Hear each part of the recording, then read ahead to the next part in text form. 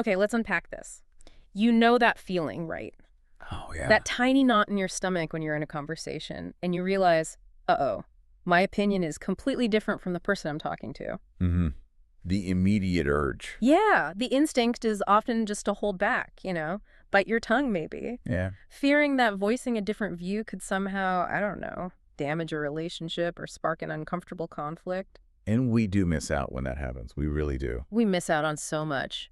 Well, today, we're not just dipping our toes, we're taking a full deep dive into the art of polite disagreement. Great topic. Our mission today is really to arm you with the psychological insights and maybe more importantly, the practical tools to transform those stomach-knotting moments. Turn that potential conflict into something constructive. Exactly, into genuinely constructive, maybe even growth-sparking dialogues. This isn't about winning arguments, is it? Not at all. It's about fostering mutual respect Yeah. and building, well, a deeper, more resilient understanding between people.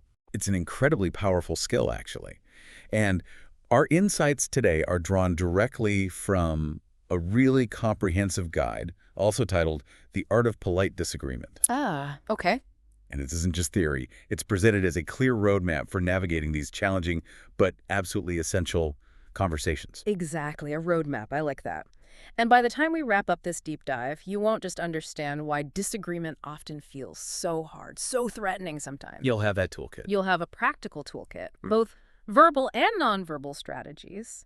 Imagine the impact, Yeah. fostering more innovative teams at work. Or just stronger, more authentic relationships in your personal life. Yeah. And moving through the world with a new level of confidence in how you communicate. So let's jump right in and confront our hidden opponent, maybe. Sounds good. Where do we start? Well, to truly master this art of polite disagreement, I think we first need to understand the very wiring of our brains, the thing that makes it feel so threatening. Right, the psychology behind it. Our journey today begins right there. The psychology of disagreement itself. Why is it so difficult for us to engage, and why, despite that difficulty, does it matter so much? Yeah, it really hits us at almost a primal level. When we perceive a clash of ideas or values or beliefs, our sources explain that it can trigger what's sometimes called an amygdala hijack. Amygdala hijack. Yeah. This is where our emotional brain, the amygdala, kind of takes over. It often makes us react as if we're under personal attack. Fight or flight kicks in. Exactly. Right. Flooding us with stress hormones, and it completely clouds our rational judgment. It's an instinctive defense mechanism, really, making it incredibly hard to think clearly in that moment. That amygdala hijack is such a powerful image. It makes sense why we react almost instinctively then. But beyond that immediate fight or flight, Sure. what's really at the emotional core? Why do our perspectives clash so profoundly sometimes? Is it just ego, or is there something, deeper, something about our identity tied up in our views? That's a crucial question. And the research really highlights that our different perspectives aren't just random. They're shaped by a whole lifetime of unique experiences, maybe our cultural backgrounds, our personal values. So it's baked in, kind of. It's baked in. It's not just an opinion we picked up yesterday. It's often deeply rooted in who we are and what we've encountered. Recognizing that helps us depersonalize the disagreement. Ah, so it's not about me, necessarily. Exactly. It shifts from feeling like you versus me to acknowledging that these differences are born from distinct life journeys, different belief systems, which are inherently valid for the individual holding them. So the fundamental shift the sources recommend is moving from that adversarial me versus you mindset Right. to a more collaborative us versus the problem. Precisely. And this leads to a really vital insight. Why is healthy disagreement actually a good thing? Because it often doesn't feel good. Right, it feels risky. But our guide really emphasizes that it's a hallmark of successful teams, strong relationships. It's kind of the engine of innovation, isn't it? It challenges the status quo, Forces you to look deeper. forces deeper exploration of ideas. Without it, you just get echo chambers, groupthink. And in personal relationships, counterintuitively maybe, it actually fosters intimacy and trust Well, so. by demonstrating that the connection, the relationship, is resilient enough to withstand differing opinions. It shows respect, a willingness to truly understand, even when you don't agree. Okay, I can absolutely see how, in principle, healthy disagreement leads to growth. But let's be honest, in practice, it often just feels uncomfortable. Yeah, Awkward at best. awkward, or even damaging. Uh, The sources talk about it fostering trust, but how do we navigate that initial discomfort without actually eroding trust? That seems like the tightrope. that is the core challenge, and it's where the practice comes in. Yeah. The bedrock, the absolute foundation of polite disagreement, according to the guide, is active listening. Active listening. Okay. Before you can even think about expressing your own view, you have to demonstrate that you've truly heard and hopefully understood the other person's perspective. Right. It's a communication technique requiring full concentration, and it's definitely not passive. And it's far more than just, like, waiting for your turn to speak, isn't it? Oh, absolutely. Being fully present means setting aside distractions, both the external ones, like your phone, and the internal ones. Like formulating your brilliant rebuttal while they're still talking. Exactly. Yeah. Which is so tempting. That's a discipline in itself. It truly is. And one of the most powerful tools in active listening is paraphrasing and reflecting. Okay, explain that.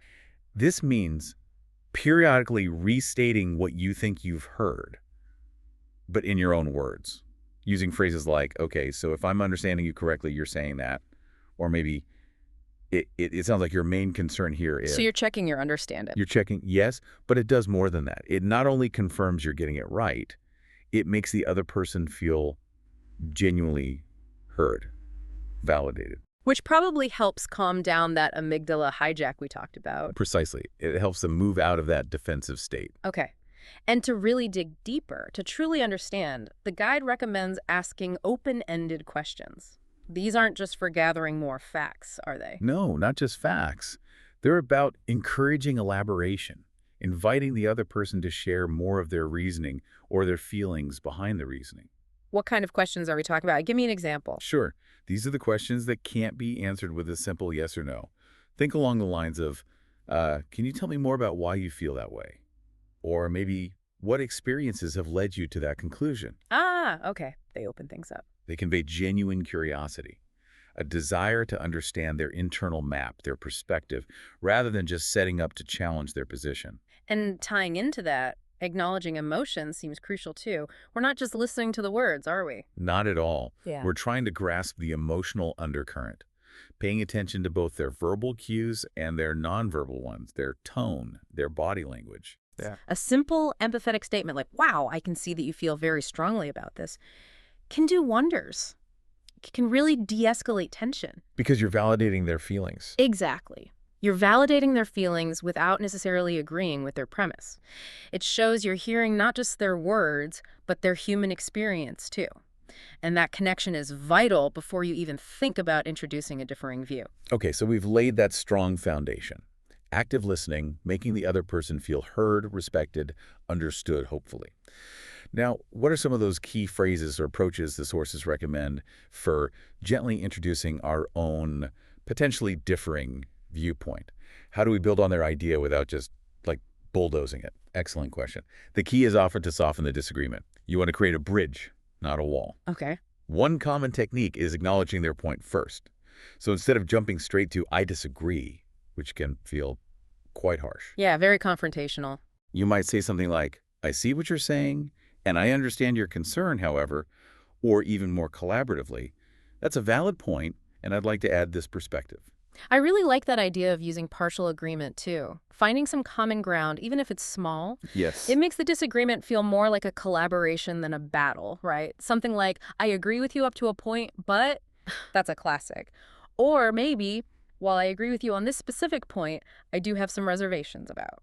And this leads us perfectly into I statements. Now, these often feel counterintuitive when you want to make a strong point, right? Yeah. You feel like you should be stating facts. Yeah, you want to say you're wrong, but you know you shouldn't. Exactly. But the sources make it clear how profoundly effective I statements are. Beyond just reducing defensiveness, what's the deeper psychological mechanism at play here? Why do they work so well? Well, I think it's about ownership and perception, isn't it? When you say, I feel that there might be another way to look at this, or from my perspective, the situation looks a little different, you're stating your subjective truth. Which no one can really argue with. It's your perspective. Right. You're not accusing, you're revealing. This depersonalizes the potential conflict. It makes your viewpoint feel like an addition to the discussion. Rather than a direct contradiction that triggers that fight or flight, that amygdala hijack we mentioned. Exactly. It's a way of inviting understanding, not just demanding agreement. Beautifully put. Another subtle approach the guide mentions is uh, kind of pretending to be unsure. How does that work? Is that genuine?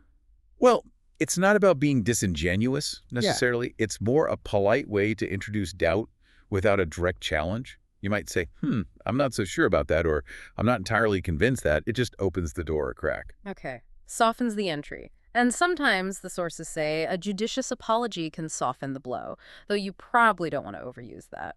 Right. Like, I'm sorry, but I just don't see it that way. Uh, It acknowledges the potential, social friction of disagreeing. yeah. But there are also times when you need to be clearer, right? You can't always hedge. What about stating your disagreement more directly, but still keeping it polite? Absolutely.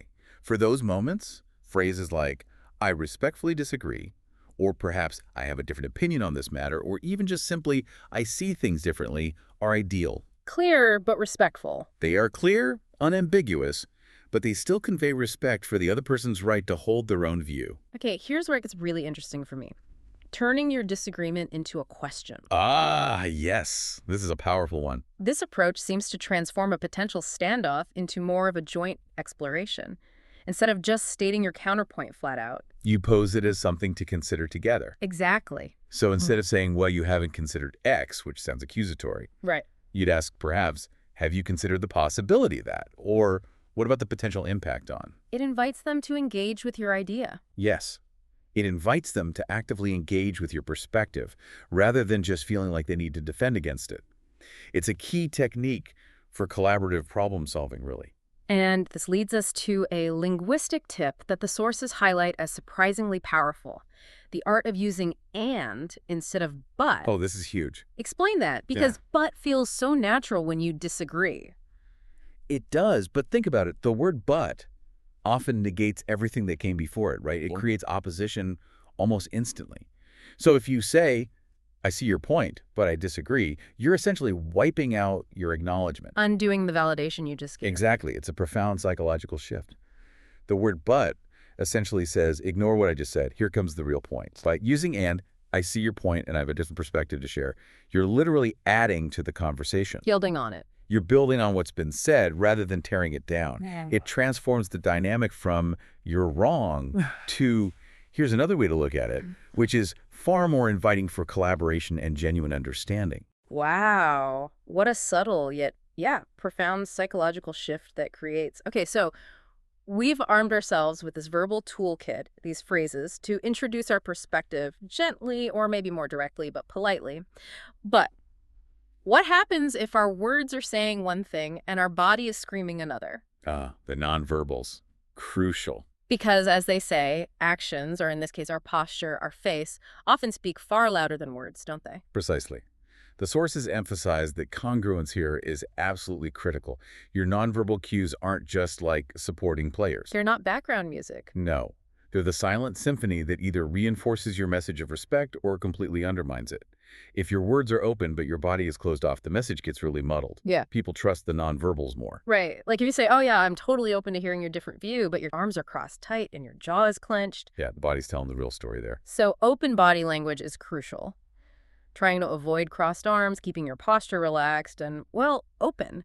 It signals receptiveness. And eye contact is important too, but with a caveat, right? Yeah.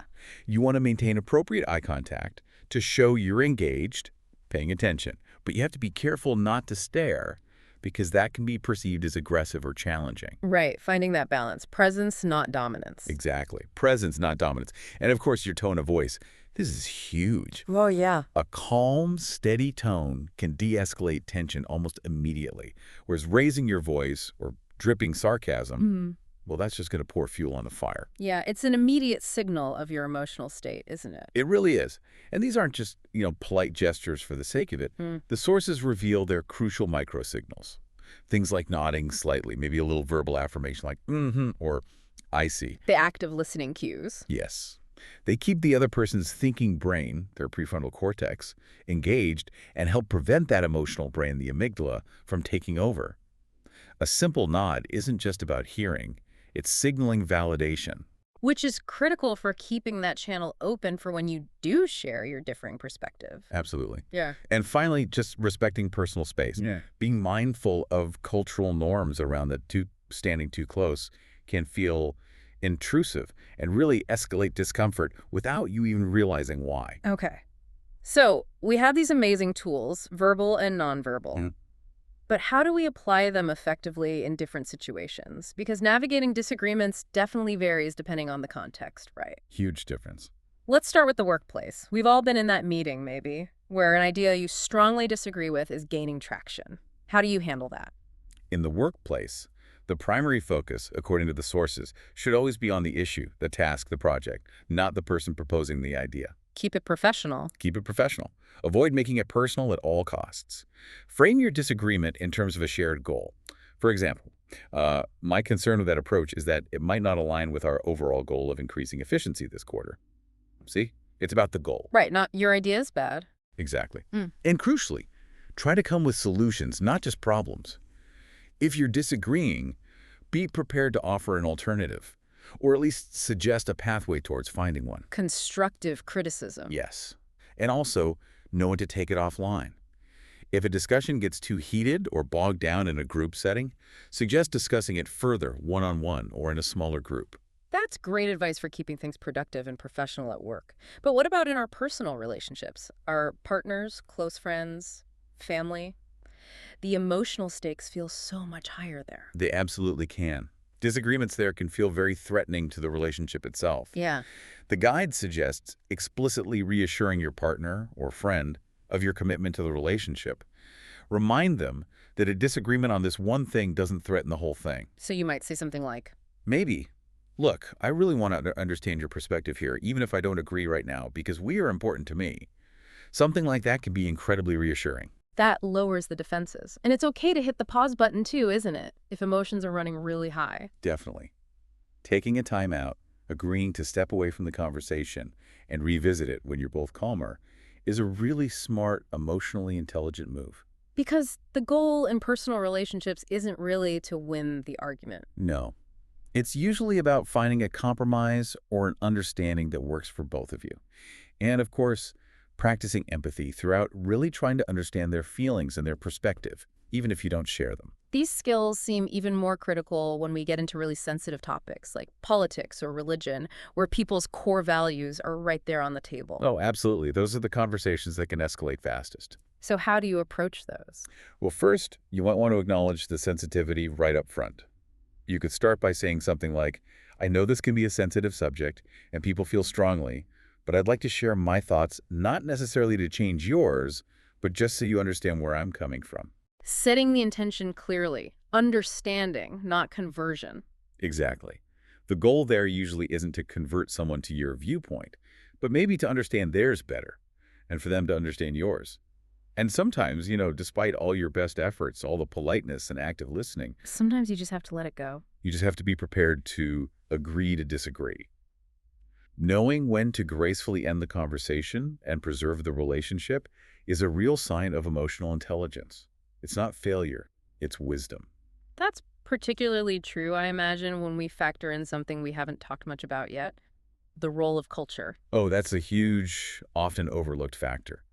What's considered polite or effective disagreement in one place could be deeply offensive somewhere else. That's a massive point. The sources really emphasize that how disagreement is expressed varies significantly across cultures. For instance, they talk about direct cultures. Right. Like, say, Germany or the Netherlands are often cited. In these cultures, direct, open confrontation is often valued. It's seen as a sign of honesty, transparency. And they separate the idea from the person. They tend to, yes. So, a strong disagreement about an idea isn't usually taken as a personal attack. It's about the substance. Okay, but that's not universal. Not at all. Conversely, many East Asian cultures, some Latin American cultures, are often considered more indirect. They tend to prioritize group harmony above all else. So open disagreement is a problem. It can be seen as disruptive, potentially causing embarrassment, or what's called loss of face, which is a major concern.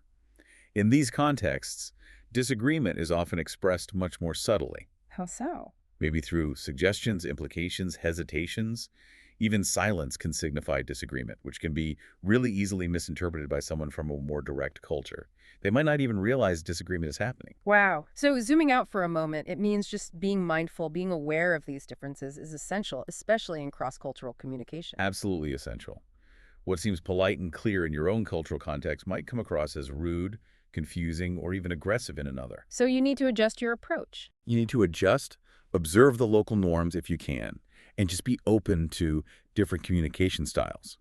It's key to preventing misunderstandings and fostering genuine respect across those cultural lines. Okay, let's try and bring all this together then. Today, we've really unpacked this crucial art, and it is an art of polite disagreement. It really is. We've hopefully moved past the idea of it being something just to be dreaded or avoided, and instead maybe reframed it as an opportunity. An opportunity for deeper connection, for growth, for better ideas. Exactly. We explored the psychology that makes it feel challenging, that amygdala hijack. We practiced the bedrock skill of active listening. The foundation. And we've armed ourselves, hopefully you feel armed, with a powerful verbal and nonverbal toolkit. You really should now have the knowledge to shift your mindset, moving away from seeing disagreement as a battle to be won or lost, and seeing it more as a collaborative exploration. By consciously practicing these skills, using I statements, acknowledging emotions, using and instead of but, paying attention to nonverbals, recognizing those subtle cultural nuances. You can navigate these tough conversations. You can navigate them with much more confidence, much more grace, and hopefully foster cultures of mutual respect wherever you go, at work, at home, everywhere. So here's a final provocative thought for you, the listener, to maybe chew on. Reflect on the last time you actively avoided a disagreement. Maybe it was in a team meeting, maybe with a family member over dinner. We've all done it. We've all done it. What new growth, what innovative idea, or maybe what deeper understanding might you spark next time by choosing to engage, but politely and respectfully? What understanding might you unlock in a key relationship just by applying one or two of these techniques? It really could be a game changer, couldn't it? It really could. Food for thought.